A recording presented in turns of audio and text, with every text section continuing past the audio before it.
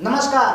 आज हम बात करने वाले हैं दो दलित विद्वान के बारे में जिन्होंने जेएनयू से थीसिस जमा करने के बाद अंबेडकर जी के सपनों को पूरा करने के लिए नागपुर चले गए। जी हाँ, उसी नागपुर चले गए जहां पे अंबेडकर जी ने धर्म परिवर्तन किया था। अंबेडकर जी का सपना था कि एक ऐसा प्रशिक्षण स्कूल बने जहां पे दलित समाज के व्यक्तियों को प्रशिक्षित किया जाए ताकि वो पॉलिटिक्स में इंटर कैसे करें। अंबेडकर जी के इसी सपने को पूरा करने के लिए एक दंपति शिव शंकर दास और शिप्रा कमलेश उके नागपुर पहुंचे। नागपुर जाने के बाद वहां पे एक ब्राह्मण इलाके में उन्होंने फ्लैट ले लिया। फ्लैट लेकर के रहने लगे और 6 सालों तक मेहनत करके 5000 शोध की नमूने उन्होंने एकत्र किए। अलग अलग न्यूज चैनलों के माध्यम से, अलग अलग पॉलिटिक्स के किताबों से निकाल करके उन्होंने 5000 नमूने एकत्र किए ताकि उस स्कूल को बढ़िया तरीके से ओपन किया जा सके, उसको चलाया जा सके। लेकिन यह सब काम ब्राह्मणवादी सोच वाले को मंजूर कहाँ था। यह बात है 2016 की, जब जेएनयू चर्चा में था और कन्हैया कुमार का मैटर एकदम तापमान पे चल रहा था। उसी समय रोहित वेमुला का शैक्षणिक संस्थानों के द्वारा हत्या कर दिया जाता है और उसमें विरोध रैली में शिव शंकर दास और शिप्रा कमलेश जो शामिल थे और उनका वीडियो आरएसएस के कार्यालय से होते हुए ब्राह्मण समुदाय में चल रहा था।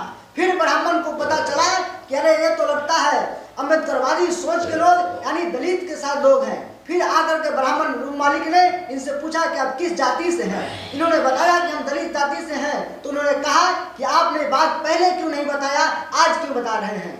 शिव शंकर दास और शिप्रा कमलेश ने बताया कि आपने तो पहले कभी पूछा ही नहीं, तो मैं अपना जाति आपको क्यों बताऊं। इनका जाति जानने के बाद ब्राह्मण फ्लैट मालिक ने कहा कि आप फ्लैट खाली कर दीजिए, लेकिन उस समय इन्होंने खाली नहीं किया। उसके कुछ महीनों बाद उस ब्राह्मण रूम मालिक का किसी कारणवश देहांत हो गया। उसके तुरंत कुछ दिन बाद उसके बच्चे आए और बोले आप फ्लैट को खाली कीजिए। लेकिन आपको बता दें उस समय शिप्रा कमलेश 8 महीने की प्रेग्नेंट थी। तो उन्होंने बताया कि इस हालत में, इस स्थिति में हम लोग कहीं नहीं जा सकते और कहीं नहीं जाएंगे, और उस समय के लिए वो कहीं नहीं गए और रह गए। उसके 1 साल बाद यानी कि 2019 की बात है, शिप्रा कमलेश और शिव शंकर दास किसी काम से दिल्ली गए हुए थे। उस समय रूम मालिक का बेटा कॉल करता है और कहता है कि आपसे मिलना है। लेकिन दिल्ली में होने के कारण उन्होंने कहा कि मैं दिल्ली से जैसे वापस आता हूं आपसे जरूर मिलूंगा। और जब वो लोग दिल्ली से वापस लौटे तो उन्होंने पाया कि उनके फ्लैट का ताला तोड़ा गया था और उनके जितने भी सामान थे, लैपटॉप, और 6 सालों में जो 5000 नमूने उन्होंने एकत्र किए थे शोध के माध्यम से, और इनके और जितने किताब थे, सारे के सारे सबूत गायब हो चुके थे।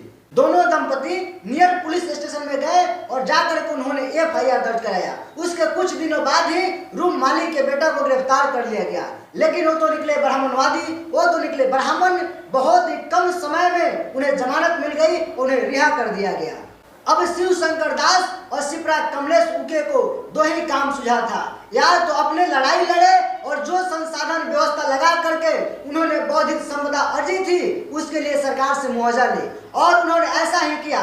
सरकार के खिलाफ उन्होंने केस किया और मुआवजे की मांग किया, लेकिन सरकार मुआवजा देने पर तैयार नहीं थी। फिर उन्होंने इस बात को बॉम्बे हाई कोर्ट में उठाया।